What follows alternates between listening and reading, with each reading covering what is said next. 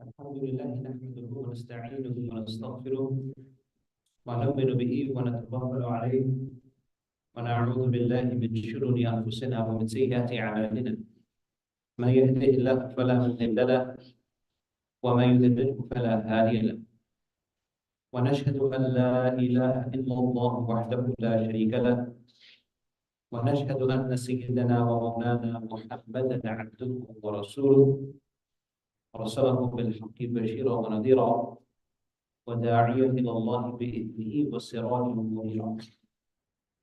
أما بعد فأعوذ بالله من الشيطان الرجيم. بسم الله الرحمن الرحيم. وما أرسلناك إلا رحمة للعالمين. صدق الله العظيم.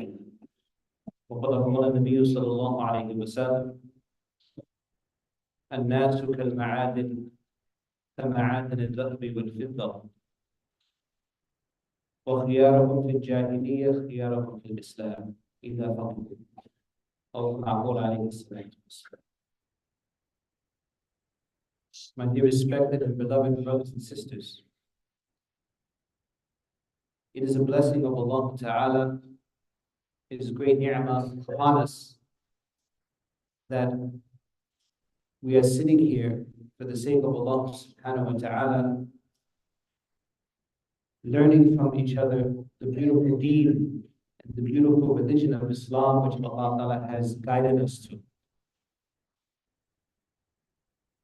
It is not easy for me to talk, being that last night we had the talk from our Maulana Khalid, who spoke, mashallah, very eloquently and completely in regards to the prejudices and racism that sometimes we deal with in Islam and how to deal with that and what Islam says about it.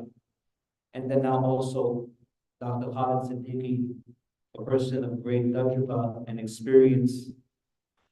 And now you get me. When I was sitting last year in England in front of the great scholar, Sheikh Salim Dorat, Dama Barakatuh. So I was once sitting in between two different people, and he said that under Tajlisu Baina Patalain, there's two Patels. You're between two Patels. One person came for the coffin, one of his breeds and great scholars. So here now I've been put after two holidays. Very difficult for me to give a talk that would compare to this type of thing. But Allah Ta'ala give us the ability to understand. The hadith which I recited also is a sign that we have connection. Nabi Sallallahu Alaihi Wasallam has mentioned الناس كالذهب الناس كالمعادن, that people, they are like mines. A mine is basically a portion of a mountain in which a person keeps digging and digging to find gold and silver.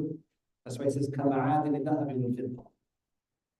And a beautiful example that Isa has given, that each person in them, there are attributes and there are qualities that we can compare and call them golden qualities, silver qualities, valuable qualities, that with work, because the mind is such, if you're lucky, you come across some gold, if you're lucky. And even the ulama have called that not even a mine, but that's a treasure. You catch it, and the amount change, the rules change when you're digging for it and when you find it. But anyway, the example that Islam has given is showing us that each person within them has incredibly great qualities, capabilities. But when work is done, the same thing we work on a mine, and you bring out the gold. If work is done, then that person can shine and has qualities within them. The gold can be taken out. And then the Islam says a similar thing that has connection to them.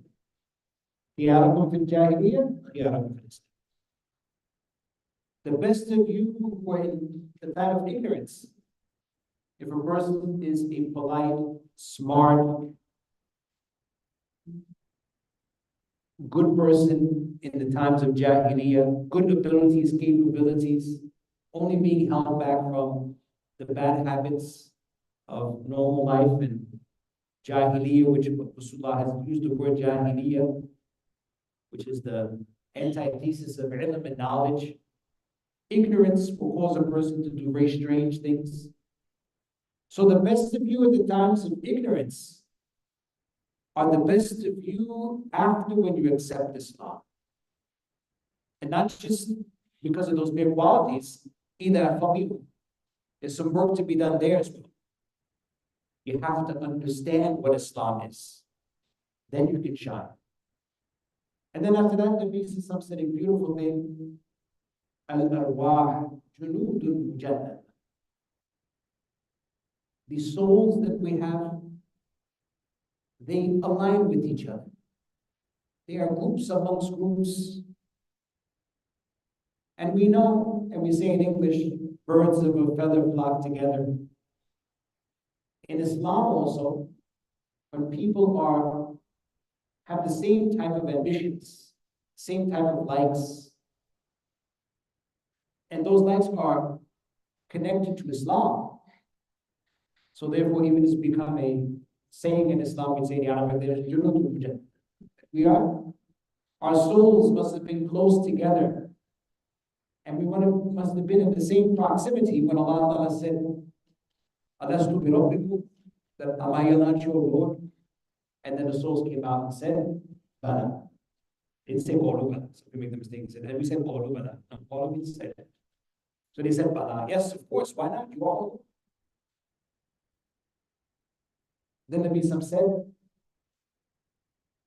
that وَإِذَا تَعَارَفَ مِنْهَا, that فَمَا تَعَارَفَ مِنْهَا, whoever sits with each other and recognizes each other and is comfortable with each other or recognizes each other, then they become comfortable with each other. فَمَا تَنَاقَرَ مِنْهَا, we don't have the same type of ambitions, the same type of intentions, aspirations in life.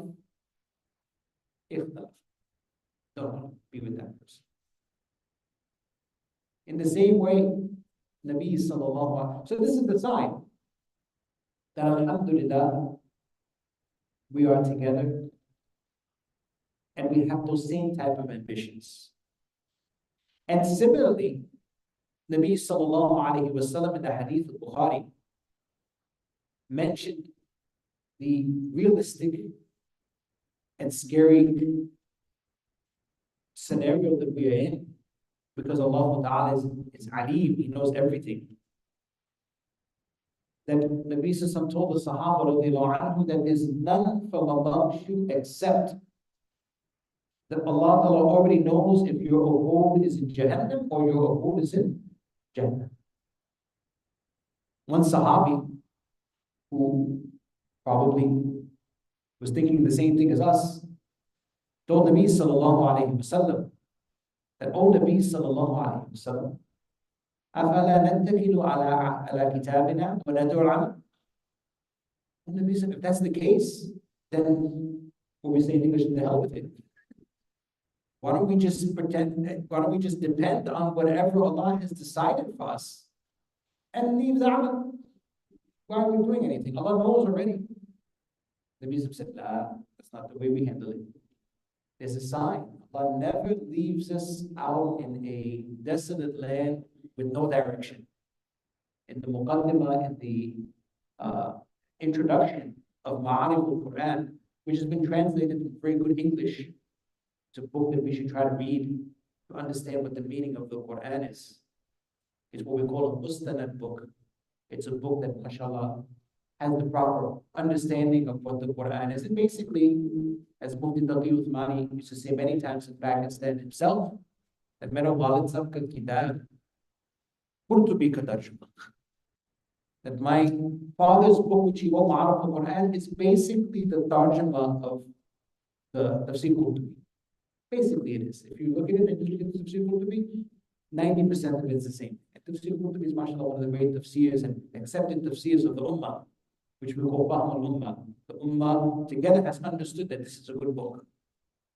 Anyway, so in there he says, proving the logical reason for wahi, this is the same thing, that Allah subhanahu wa ta'ala would never send us in this world without any direction. Nobody in their right mind would send out a messenger, would send out someone to do a task, and send them to a certain place without any type of directives, without any type of instructions. So against logic. Therefore, it's also against logic that Allah Ta'ala would not put us here without any directive, without any direction. Allah has given us direction. So Nabi Sallallahu told us in this hadith that there's a direction, there's a way to go about this troubling aspect. People have great trouble grasping this, especially those who convert to Islam. One of the big tests, I used to call it the sore thumb of Aqid. Because when we explain to everybody about what are the Aqidah of Islam, what is the beliefs of Islam, so many of them are very simple and they are attractive to us, and it's kind of what we were looking for. For example, the first thing, the oneness of God. Tawheed, easy to explain. Usually it's what drives the person in there, Tawheed. I'm sick of this, I'm sick of that. I want to worship one God. That's where we can go on the stage and we can sing for 1 hour. This is the religion for you. It's Tawheed. No statues, there's no nothing. Second thing, the books of Allah subhanahu wa ta'ala, the angels, the prophets, so on and so on. Day of Qiyamah. All the different aspects, about 6, some say 7 of them. Then the last one, Qadr. Excuse me. Qadr. Everything has been preordained. 1 second. And then we start becoming uncomfortable. So Islam tells us how to deal with this uncomfortable situation. That Allah knows already whatever I'm going to do. Obviously, logically, if it wasn't the case, and Allah Ta'ala was not knowing the future, not knowing what we were going to do, He would cease to be Allah. The ulama who have, learned knowledge is here. They'd be the first one to walk out the masjid. Sorry, not for me. I've got to find something else. The fact that Allah Ta'ala knows everything. It's impossible that He would not know where you are going in the future. There's nothing unclear to Allah Ta'ala. He knows everything. So the Nabi said, how are we going to approach that and deal with that at this present time?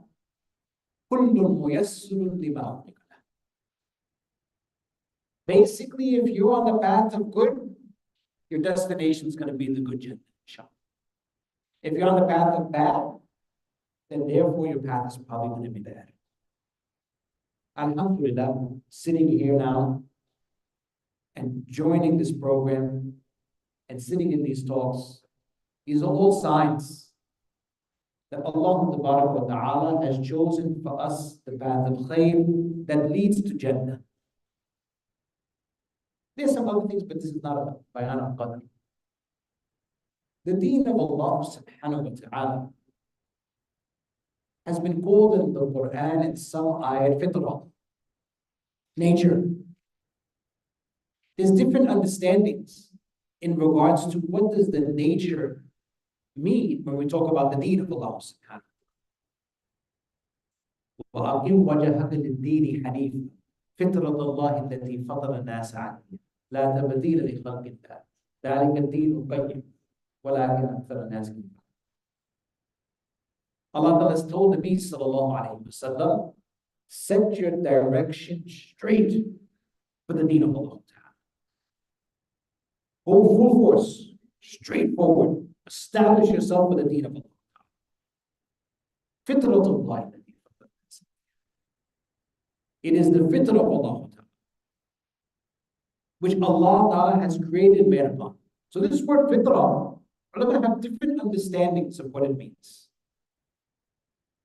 Some say fitrah is Islam, and the proof is quite strong because in other hadith, the Nabi Sallallahu has said that every single person is born on the fitrah, and has specifically said that this fitrah is Islam. Other ulama say that no, it means tawheed, that the nature of insan is to believe in one God. And then Nabi Sallallahu in the hadith had said something that seems to mean this. It is later on that the person yuhawwidanihi, or yumajjisanihi, or yunassiranihi. It is later on that the parents make him into a Jewish person or make him into a Christian person. Take him out from the nature of Tawheed and put him into something else. Even the fire worshippers, they become. And some of them have said that fitrah actually means that everything in the religion of Islam is according to the fitrah and the nature of mankind. And how can that be? Because once we say it's the religion of Islam, which fitrah means that, and once we say it's Tawheed, so Tawheed is not accepted by Allah Ta'ala except with Islam. And what is Islam? When we say for Tawheed, La ilaha illallah, and we align it with the Islam, the understanding of what Tawheed is with Muhammad Rasulullah sallallahu alaihi wasallam. And what is Muhammad Rasulullah sallallahu alaihi wasallam? Our ulama al-baqaid, Jazakumullahu khairan, may Allah Ta'ala bless them for the work they've done. We need to benefit of the works of our great ulama. This deen of Allah subhanahu wa ta'ala is understood through the rijal and through the men and women who are the scholars of this. Ihdina as-siratal mustaqim, siratal ladhina an'amta. We are on a path which has footsteps on it already. It's a treaded path. It's not sometimes you go outside and you see that cement, it's just laid out. They put the ropes around it, and then that knucklehead comes and puts his handprint on it. Or somebody steps on it by an accident. The path of Islam doesn't look like that. The path of Islam is a road which is straight, and it's got hundreds of footsteps on it.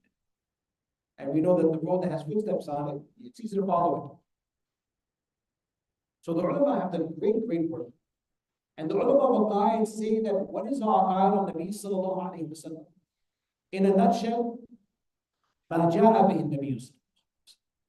When we say Rasulullah sallallahu alayhi wa sallam, كُلُّ مَا جَاءَ بِهِ النَّبِيُّ صلى الله عليه وسلم. We believe in everything that Nabi sallallahu alayhi wa sallam has. So therefore, if the deen is according to nature, then that means what Nabi sallallahu alayhi wa sallam has brought, and the manifestation of what Allah Ta'ala wants in our deen, that's also according to nature.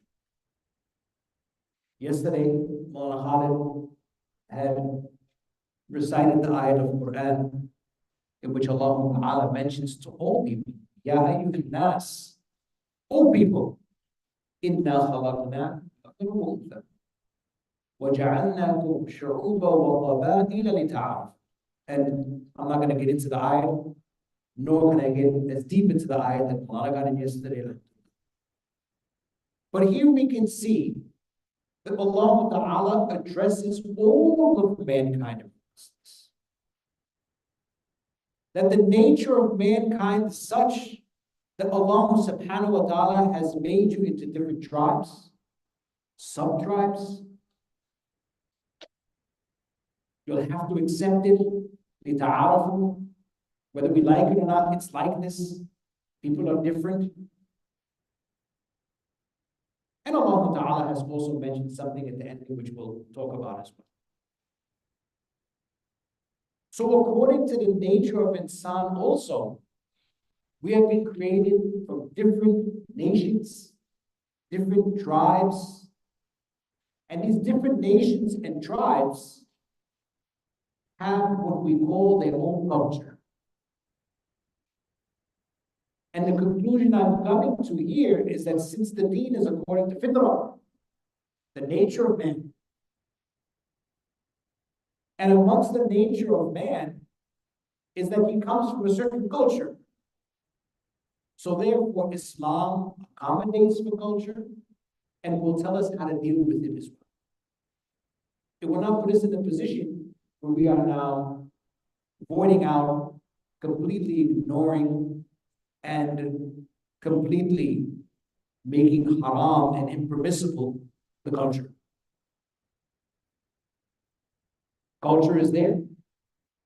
Islam has come.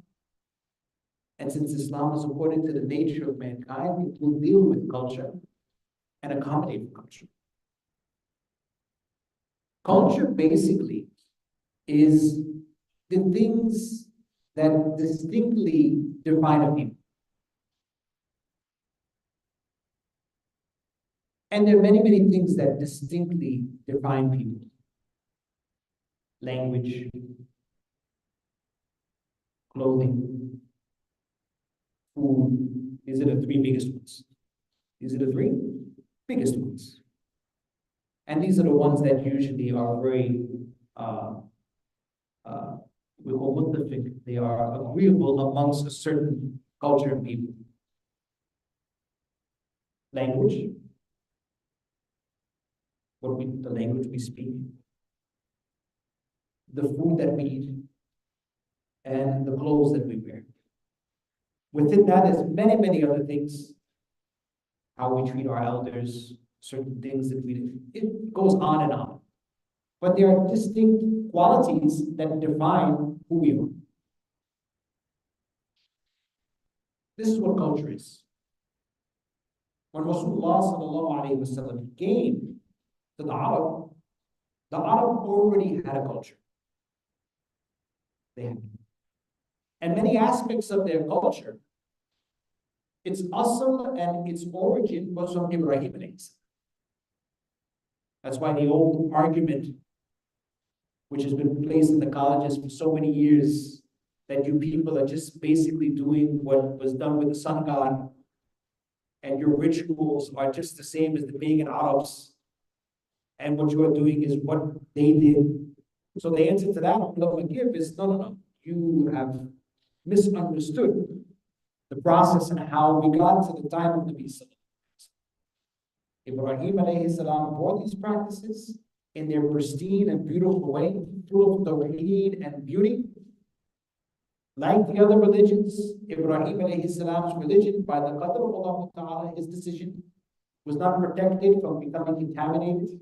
It is only the deen of Islam that has that promise. The last deen Islam.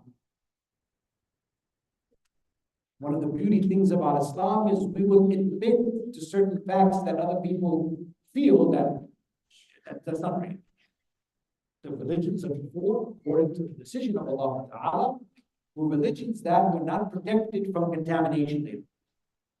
We'll admit that. In their origin, in their when the Prophet came, and for the time that Allah Ta'ala wanted to keep it protected, yes, it was the true religion and the beautiful religion. But it got contaminated. So the process was that Ibrahim alayhi salam came, brought these beautiful things. Unfortunately, paganism came in, and they contaminated these acts with the shirk and with the idolatry and paganism. When Rasulullah sallallahu alaihi wasallam came, he fine-tuned them, took out the things that were bad, and brought it back to the asl and to the origin of what Ibrahim alayhi salam was doing. And also, obviously, Islam added on some things that had to be there.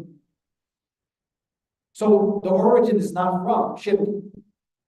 The origin is from Tawheed, which transformed to acts of shirk, which was then transformed back to the beautiful acts and manasik in Hajj wal Ghayra, the rituals of Hajj and other things, many other things that we do in Islam, which come from Ibrahim alayhi salam, millatu Ibrahim Hanifa. And Nabi sallallahu alayhi wa sallam used to tell the Yahud, the Jewish people,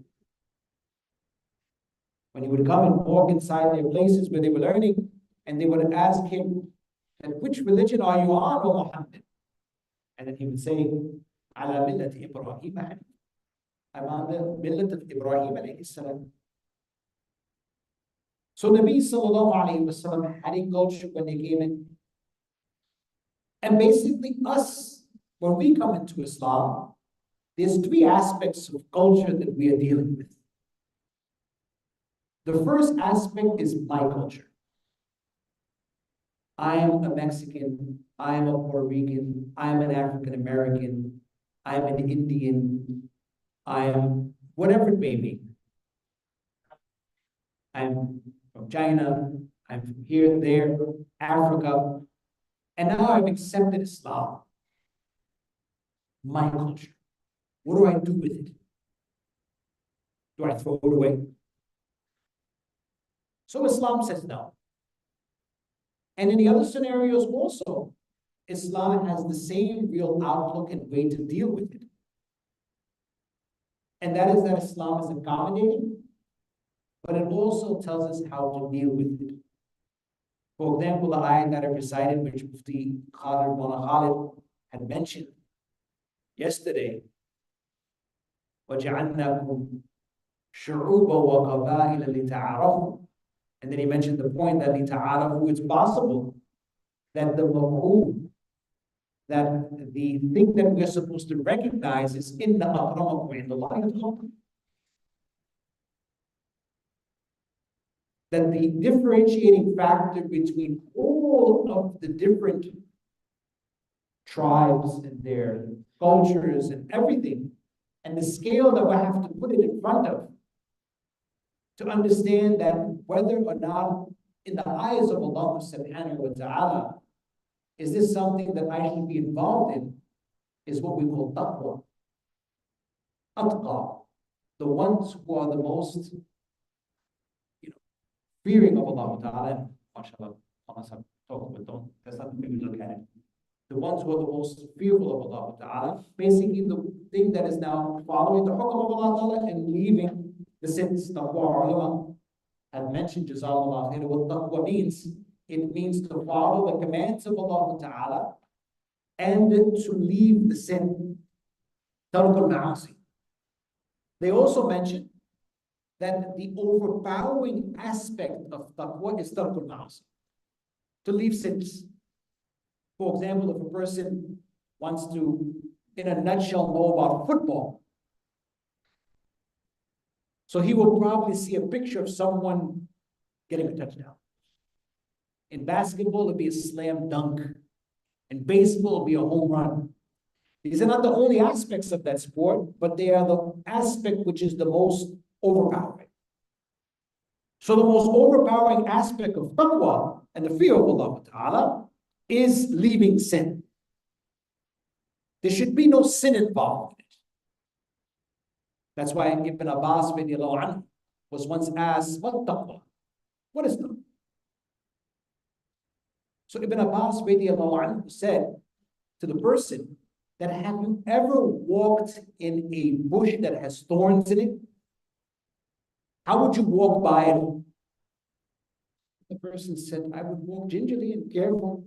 No one wants to get pricked by a thorn. Walk to the side and tiptoe through it so I don't get any thorns, pricked by any thorns. So Ibn Abbas said this is the exact same thing. Gingerly you walk through, staying away from the maharim and the impermissible and forbidden things of Allah. So there Allah Ta'ala in this ayat has shown us that the culture is there, but has given us a scale and said that that culture which is the most accepted by Allah Ta'ala is that one which will have taqwa in it. That's why we're discussing this morning that the ulama, Jazahumullah khairah, they use words about the sunnah of the Nabi Sallallahu Alaihi Wasallam. Aqrab ila sunnah. The closest to the sunnah. This is the more closer thing to the sunnah. This seems to be more in agreement with the sunnah. Is it the exact sunnah? Obviously, in some cases, it's very difficult. Is it the exact shirt that the Nabi Sallallahu wore? Obviously, you can't say that. I know people say we have the shirt of the Nabi Sallallahu Alaihi Wasallam. Our Ustad Muhammad Rahman Azmi used to say, Allahu A'lam. Allah knows best. We see it, we say Alhamdulillah, and we touch it, and after that, he used to say in Urdu language that uske baar Allahu A'lam lagana. You will have to put Allahu A'lam with it also. Allah knows best whether it is or not. So the first thing that we have in front of us is our own culture. So we have to see in our own culture that first of all, the aspects of our culture that we want to hold on to, are they permissible? Can we do them? I love a certain food, it's pork. You can't do it. It's obvious, an easy example. It's an easy example. Now, can I not have that food at all? No. Change the pork into chicken. Change into beef. Now you have, I mean, I'm not a vegetarian, but they make vegetarian ones also, whatever it may be. So the first thing it has to pass through, which many of our scholars have called the filter of Islam. You make a cup of coffee and the liquid comes out and you get that powder coffee in your coffee, you won't taste it, you gotta filter it. So it has to pass through the filter of Islam. The first filter is it permissible? Can I do it? And there are many aspects, of course, in our culture, and especially if we are coming from a culture, and many of us have, which is a culture that has not been through any type of filtering of Islam. It is completely oblivious of Islam. A whole country that doesn't know anything about Islam, and now you become a Muslim, and the culture, none of it has been based or been thought about Islam. So the filter becomes much more important. It doesn't mean that everything is evil, because the aql, the mind of insan, can take him quite a far way. The rituals of people and the customs of people and the culture of people, a lot of times a right mind will tell you that this is wrong and this is wrong and this is right. And a lot of times it'll be right. But like our ulama say that where aql ends, that's where wahi starts. Where aql ends, that's where wahi starts. It can only take you so far. For example, aql, the mind, it will tell you that water is there to drink, water is there to wash you, water has its different purposes. Aql will tell you don't waste it, appreciate it. These are all good things. But now, to make wudu with that water, there's no way that your aql and your mind can tell you that, except if you know about Islam and you read the wahi and you read the ayat of Quran, that can only be gotten through wahi. So the aql can only take us so far. So there are many things in our customs and in our culture which the aql has driven us to a point where it's a good thing. But once we come from a custom and a culture that has no connection to Islam, so there could be a strong possibility that the driving force behind that custom could be what we call the nafs and hawa, the desires And we know Allah Ta'ala mentions that, have you seen that person who worships his desires? Cultures have leaders.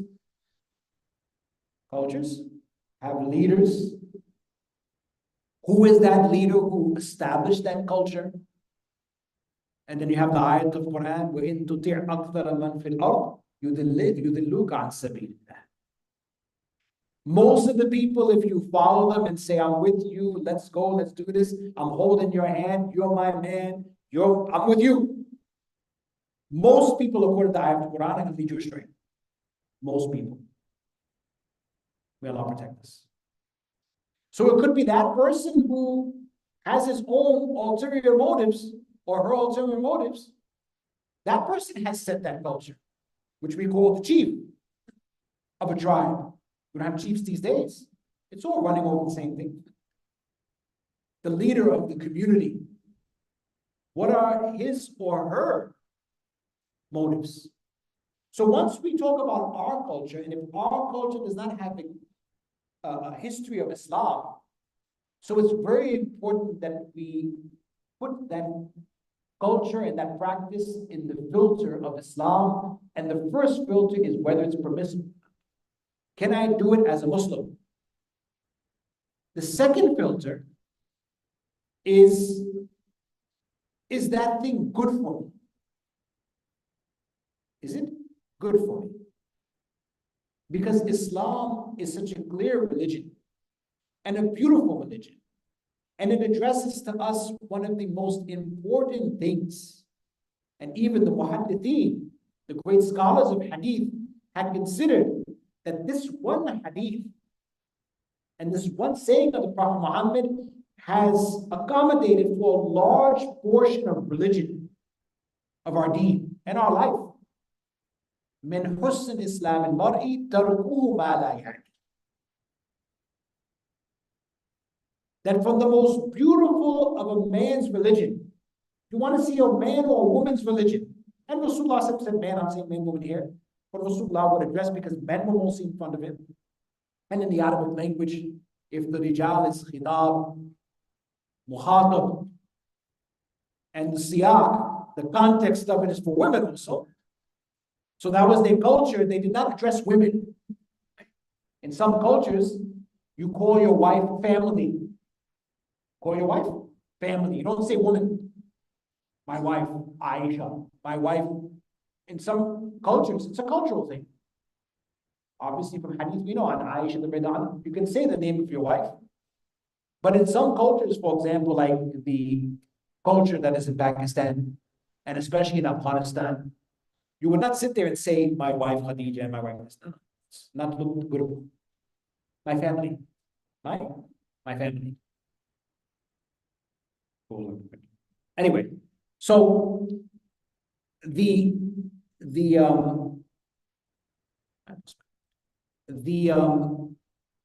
filter of Islam, is it something that's going to benefit me? Nabi Sallallahu said the most beautiful of a person's Islam is that person who leaves the things that don't concern him. Imam Nawawi, rahmatullahi alayhi, was a great scholar of the past. He's written the book Riyadh al-Salihin. Those of us who, have become Muslim, and it's one of the, it's a very good book to read. It's a very good hadith book to have. Sahih Bukhari, we studied, 8 years just to open it up. And when we opened it up, after 8 years, we still had trouble understanding it. So Sahih Bukhari is not the book for regular layman, regular person. But Riyadh al-Salihin is a book that was written with these purposes, that any Muslim can open it up and see beautiful hadith, which will, mashallah, increase our faith and give us an insight on the sayings of Nabi Sallallahu Alaihi Wasallam. So Imam Nawawi, the author of that book, says that 75 to 85% of dunya is la ya'ni. 75 to 85% of dunya is la ya'ni. It is things that you don't need in your life. And we can attest to that, we know. And this zaman also, this time, with that phone in front of us and the YouTube videos that we are spending so much time on.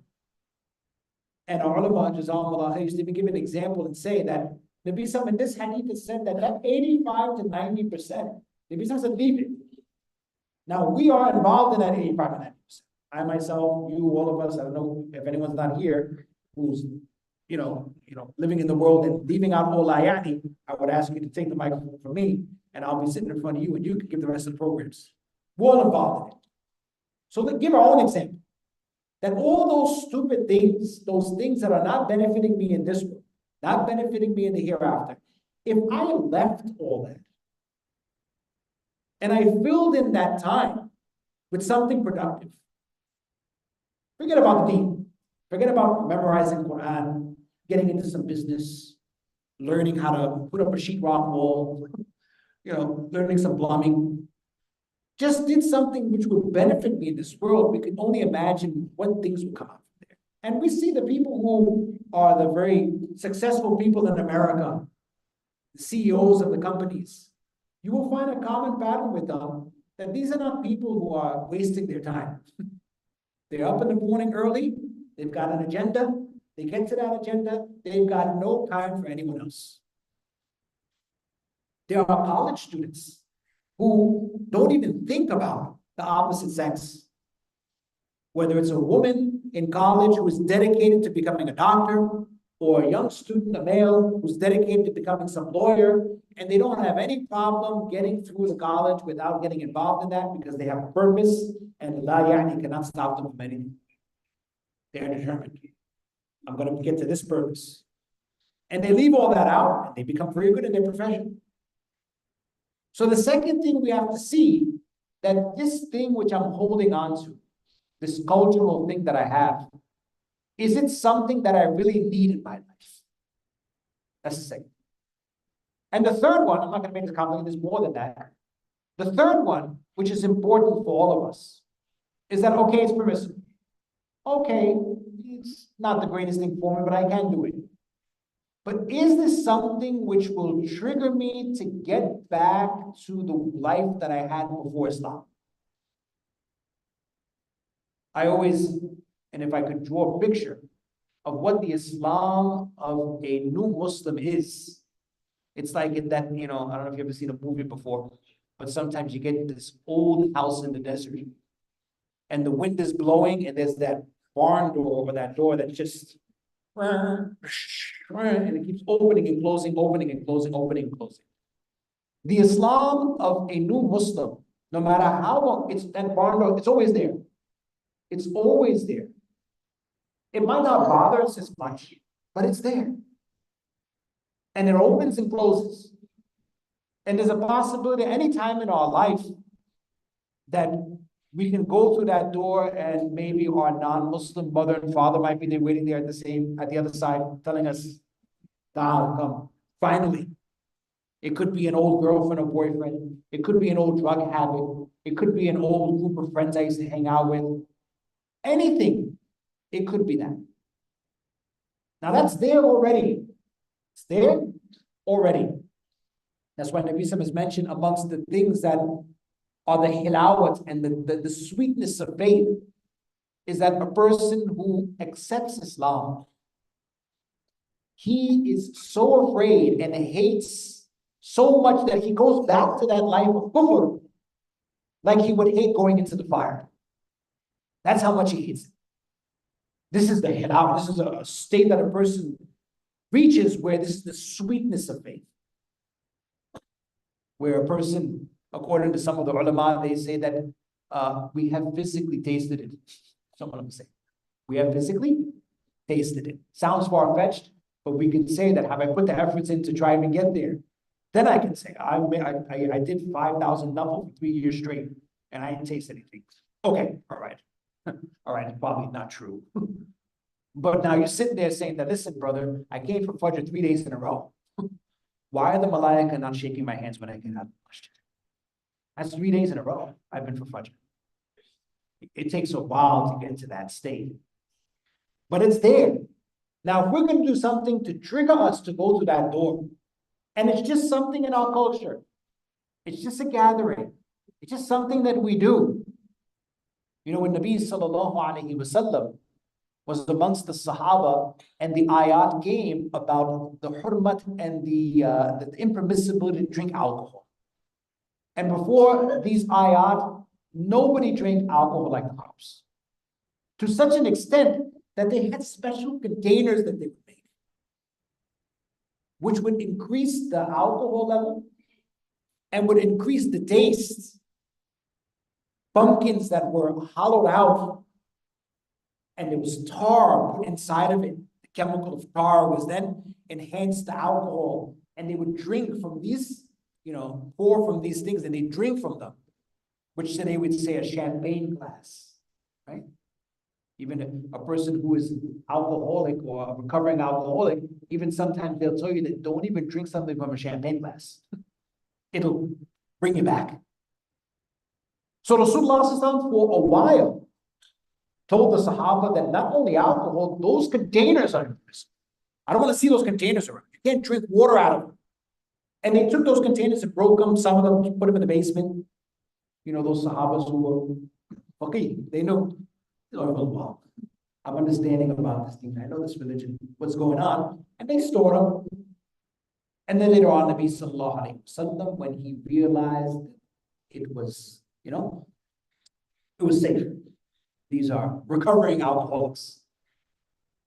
Then Nabi said, oh, you can drink the water in them. You got some juice, pour some juice in there. You want to drink it, no problem. It's okay. A person reaches the state where he becomes not ma'soom, but he becomes mahfuz. Our ulama say that the Anbiya alayhi salam are ma'soom. There's a state where a person can come to which he's mahfuz. He's not going to sin. She's not going to sin. We last year with Salim Dorat Sahib, and he gave a beautiful example in regards to how a person becomes mahfuz, how a person enters into the state of nafsul mutma'inna. You are not going to do wrong. And he said beautifully, and said that there are some sins which we have nafsul mutma'inna in. We have it already. For example, there's no need for us, inshallah, I hope, that in the morning we have to fight some type of desire within us of killing somebody. We have nafsul mutma'inna of murdering people. A man is married with wife and children, beautiful family, the society knows about him, everyone's watching him. He's nafsul mutma'inna from zina. I won't do it. I'm not going to do it. Many of us never drank alcohol before. We have no desire to do it. We don't have to wake up in the morning and say, inshallah, I did not go into the bar today. We have nafsul mutma'inna from drinking. Similarly, our people, the common sins, ghibat, looking in bad, wrong places, habits that we have which are bad, there's no way they're going to do it. They have nafsul mutma'inna. They are mahfuz. They're not going to fall into that sin. Obviously, because of the logistics of insan, there's a possibility you always can. It's not like the Anbiya, but the word has been used as mahfuz. So the third thing that we have to put ourselves through in regards to our culture is that aspect of my culture bringing me back or keeping me stuck away from my deen element. If those three things it passes, then alhamdulillah. Islam says absolutely nothing about a person expressing their culture and keeping their culture up. Alhamdulillah. The second thing is, and I'm not going to, how long do I have?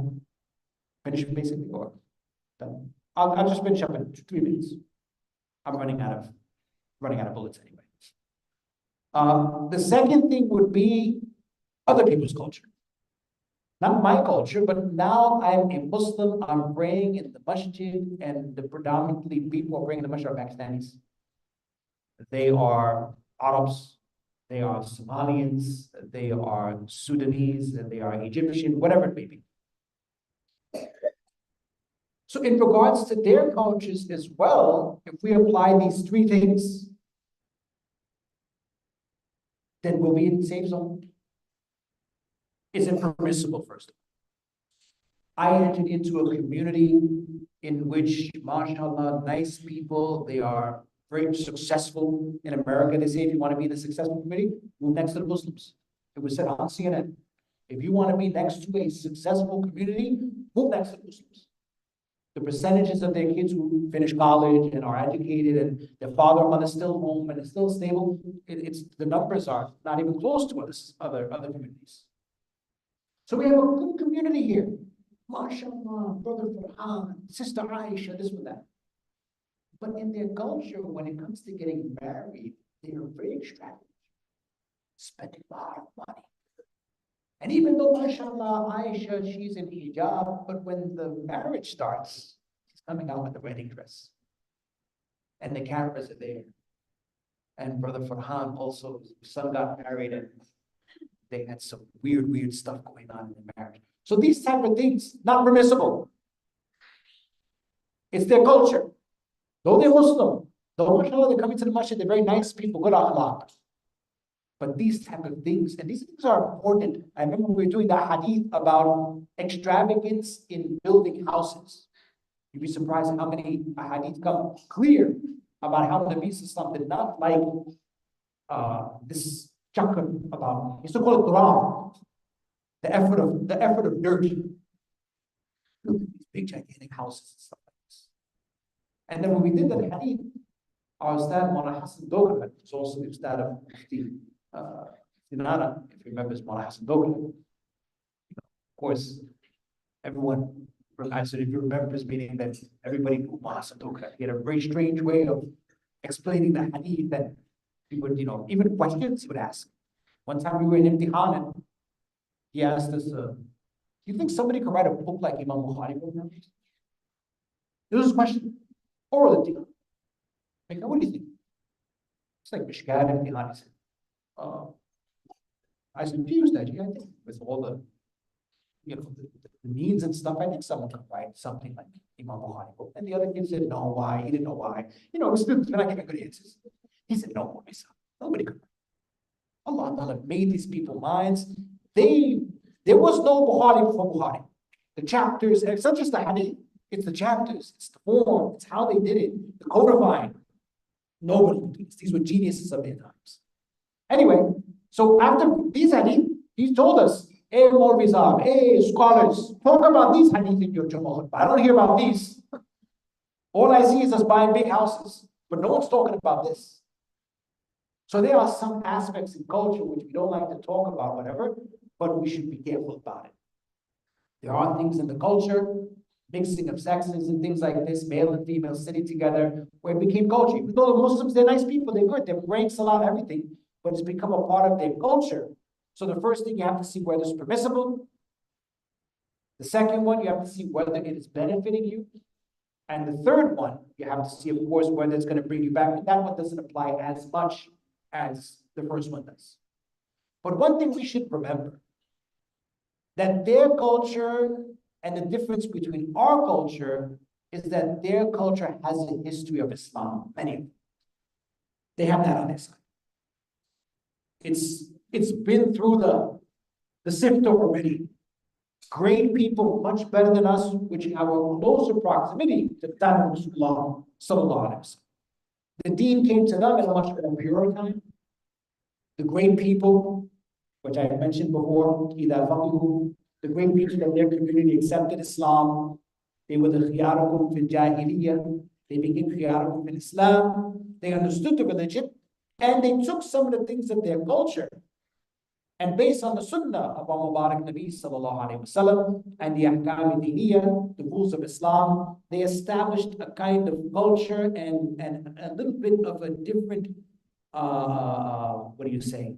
I don't know what the word is. I'm very bad at English, but an appearance and a sign and marks of culture, which we call it's kind of an Islamic culture.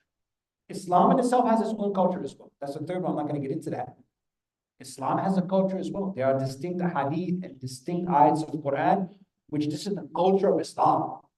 For example, the Quran itself in Arabic. If some people came and they say, listen, it's our culture, we don't read the Quran. We don't, we're gonna do the salat and it's happened before. In Turkey, Ataturk tried to bring it. And here in America also. A few years ago, one lady led the salat and she, in English, all praise due to God, the merciful. Are you crazy? What's wrong with you? Now, can we translate Quran into English? Yes, we can translate. But we cannot. The culture of Islam says that even though we might not be good at Arabic, we might not understand it, learn it, understand it, because the culture of Islam is that your salah has to be enough. Has to be. So from this, Islam has its own culture as well. How we deal with divorce, all these things. It's the culture of Islam. Islam is a way of life. It's a way of life. It's a culture. Islamic culture. But with that, of course, people from different parts of the world have joined into Islam. So we have to be very careful also when we criticize and also when we don't want to, I don't say adopt, because we don't have to adopt their culture, but many a times their culture is actually embedded in Islam. Its basis is from Islam. Whether they're dressing, whether the words that they say, the way they speak, the way they eat, the clothing that they wear, it's all, the food that they eat, even the food that they eat, it has, Islamic history behind it. So we have to be careful that we don't come in, because sometimes we do come in as new Muslims and we are, in a matter of 2 months criticizing everybody's culture and what is this? This is shirk and this is that and that is this and that. And 2 months, 2 months, 2 months, and we are now criticizing people who are born Muslim. Now, of course, they could come and say that yes, we do know, if we study, put the work in. There is obviously a logical, scenario which comes where we might know more than someone else. We might be able to advise them, but we should not become these type of people. We are trying to prove people wrong and criticize people and try to make it that their culture is wrong and their culture is un-Islamic. There is un-Islamic practices, yes, but we have to be careful when we are criticizing the culture of people who have been in Islam for 1,200, 1,300 years. May Allah Ta'ala give us tawfiq that we develop a culture within ourselves, which our ulama say, which is aqrab ila taqwa, which is the closest to fearing Allah Ta'ala, which is the closest to the sunnah of Nabi Sallallahu Alaihi Wasallam, which is the closest to the rida and the happiness of Allah Ta'ala. In Islam, we have bazaza, we have simplicity that is also always an ingredient in culture and in our lives that we have to put in there, that the more simpler we are and the more simple way we go about life, the easier it's going to be for us. But of course, all of us that are into that, we are complicated people, especially from America. And there are permissibilities that we can do. If it's permissible in Islam, inshallah, we can do it. May Allah Ta'ala keep us strong. And of course, we should always be focusing on that which is going to uplift our iman and our faith and our spiritual progress in front of Allah Subhanahu wa Ta'ala. Wa akhir da'wana.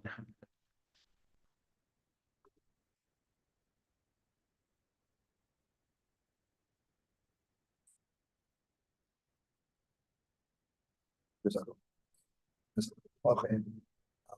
We can shut up at the budget side after this.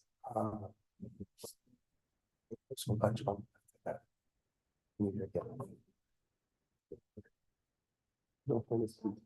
Assalamu alaikum warahmatullahi wabarakatuh. Jazakallahu khairan. What we're going to be doing right now is taking a break for lunch, inshallah. So we can just head out. The women, they'll be directed to where they go, and then us men could go and take lunch, inshallah, on the left side of the room. Jazakallahu khairan.